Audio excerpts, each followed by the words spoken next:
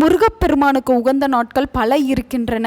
வாரந்தோறும் வரக்கூடிய செவ்வாய்க்கிழமையைப் போலவும், மாதந்தோறும் வரக்கூடிய சஷ்டி திதியைப் போலவும், கிருத்திகை நட்சத்திரத்தைப் போலவும் வருடத்திற்கு ஒரு முறை பலவிதமான விசேஷ நாட்கள் என்பது வரும்.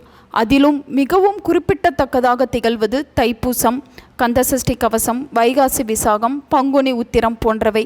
அந்த வகையில் முருகப்பெருமானுக்கு உகந்த பங்குனி உத்திர நாளன்று எந்த முறையில் முருகப்பெருமானை வழிபட வேண்டும், என்னென்ன பொருட்களை வைத்து வழிபட்டால் நமது வாழ்வில் அனைத்து செல்வங்களும் கைகூடும் என்பதை பற்றித்தான் இந்த வீடியோவில் நாம் பார்க்க போகிறோம்.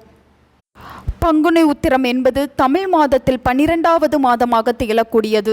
மேலும் உத்திர நட்சத்திரம் என்பது 12வது நட்சத்திரமாக வரக்கூடியது.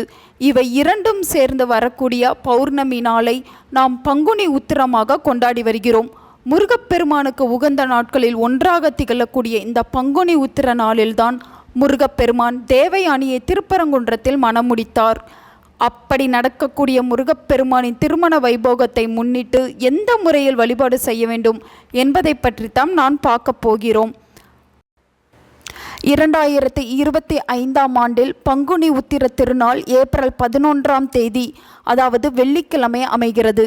ஏப்ரல் 10ஆம் தேதி பகல் 2:07 மணி துவங்கி ஏப்ரல் 11ஆம் தேதி மாலை 4:11 மணி வரை மட்டுமே உத்திரம் நட்சத்திரம் உள்ளது. ஆனால் ஏப்ரல் 12ஆம் தேதி காலை 4:13 மணி துவங்கி ஏப்ரல் 13ஆம் தேதி காலை 6:03 மணி வரை மட்டுமே பௌர்ணமி திதி உள்ளது. இருந்தாலும் பங்குனி உத்திரம் என்பது நட்சத்திர அடிப்படையில் கொண்டாடப்படும் விரத நாள் என்பதால் உத்திரம் நட்சத்திரம் வரும் ஏப்ரல் 11ஆம் தேதியையே பங்குனி உத்திர நாளாக கணக்கில் கொண்டு விரதம் இருக்க வேண்டும். பங்குனி உத்திர தினத்தன்று காலையிலேயே பிரம்ம முகூர்த்த நேரத்தில் எழுந்து சுத்தமாக குளித்து முடித்து கொள்ள வேண்டும். பிறகு வீட்டு பூஜை அறையில் எப்பொழுதும் போல் தீபத்தை ஏற்றி வைத்து முருகப்பெருமானை வழிபாடு செய்து கொள்ளுங்கள். பிறகு முருகப்பெருமானுக்கு அன்றைய தினம் முழுவதும் எந்தவித உணவையும் எடுத்து கொள்ளாமல் முருகப்பெருமானை நினைத்து மட்டும் விரதம் இருக்க வேண்டும். இவ்வாறு விரதம் இருந்து முடித்த பிறகு மாலை நேரத்தில் வீட்டு பூஜை அறையில் இருக்கக்கூடிய முருகப்பெருமானின் படத்தை அல்லது சிலையையோ சுத்தம் செய்து சந்தன குங்குமம் வைத்து கொள்ளுங்கள். அவரை சுற்றி 6 அகல் விளக்குகளில் நெய் ஊற்றி பஞ்சுத்திரி போட்டு தீபம் ஏற்றுக்கொள்ளுங்கள். அவருக்கு வாசனை மிகுந்த மலர்கள் அல்லது செவ்வளரி மலர்கள் அலங்காரம் செய்து கொள்ளுங்கள். அந்த 6 தீபங்களுக்கும் மலர்களை வைக்க வேண்டும். பிறகு முருகப்பெருமானுக்கு உகந்த கந்தசஷ்டி கவசம், கந்தகுரு கவசம், சண்முக கவசம், வேல்மாறல் போன்ற எதுவாக இருந்தாலும் அதையும் 6 முறை படிக்க வேண்டும். இப்படி நாம் அன்றைய தினம் 6 தீபங்களை ஏற்றி வைத்து 6 முறை முருகப்பெருமானுக்குரிய கவசத்தை படிப்பதன் மூலம் நம் வாழ்வில் இருக்கக்கூடிய கஷ்டங்கள் அனைத்துமே தீரும். கல்யாண சாப்பாடு போல் வடை, பாயாசம், அப்பளம் போன்றவற்றை வைத்து விரதத்தை பூர்த்தி செய்ய வேண்டும். பங்குனி உத்திர நாளன்று 2 விரலி மஞ்சள் வாங்கி வைத்து வழிபாடு செய்ய வீட்டில் இருக்கக்கூடிய சுபகாரிய தடைகள் அனைத்தும் நீங்கும் என்பது ஐதீகம்.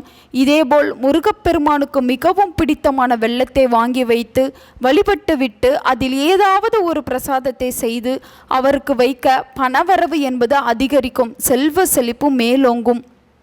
பங்குனி உத்திரத்தந்து விடியற் காலையிலேயே கடையில் இருந்த பச்சரிசியை வாங்கி வந்து வீட்டில் வைத்து வழிபட அனைத்து விதமான நன்மைகளும் உண்டாகும். இதேபோல் விபூதியை வாங்கி வந்து வைத்து வழிபட சகல ஐஸ்வர்யமும் கிடைக்கும். இதைவிட மிகவும் முக்கியமான ஒரு பொருளாக கருதப்படுவதுதான் தாமரைப்பூ. 6 தாமரை பூக்களை வாங்கி அருகில் இருக்கக்கூடிய முருகப்பெருமானின் கோவிலுக்கு சென்று அவருக்கு நாம் கொடுக்க அவர் மனம் மகிழ்ந்து நாம் வேண்டிய வரத்தை நமக்கு அருள்வார். கண்டிப்பான முறையில் கோவிலில் இருக்கக்கூடிய முருகப்பெருமானுக்கு தான் இந்த மலர்களை தர வேண்டும். 6 என்ற எண்ணிக்கையில் தான் தர வேண்டும் என்பது குறிப்பிடத்தக்கது. பங்குனி உத்திரத்தன்று மேலே கூறிய பொருட்கள் அனைத்தையும் நம்மால் வாங்க முடியவில்லை என்றாலும் உங்களுடைய வசதிக்கேற்ப, நம்முடைய வசதிக்கேற்ப ஏதாவது ஒரு பொருளை வாங்கி வைத்து வழிபாடு செய்தாலே அந்த முருகப்பெருமானின் ஆசியும் அருளும் நமக்கும் நம்முடைய சந்ததிகளுக்கும் செல்லும்.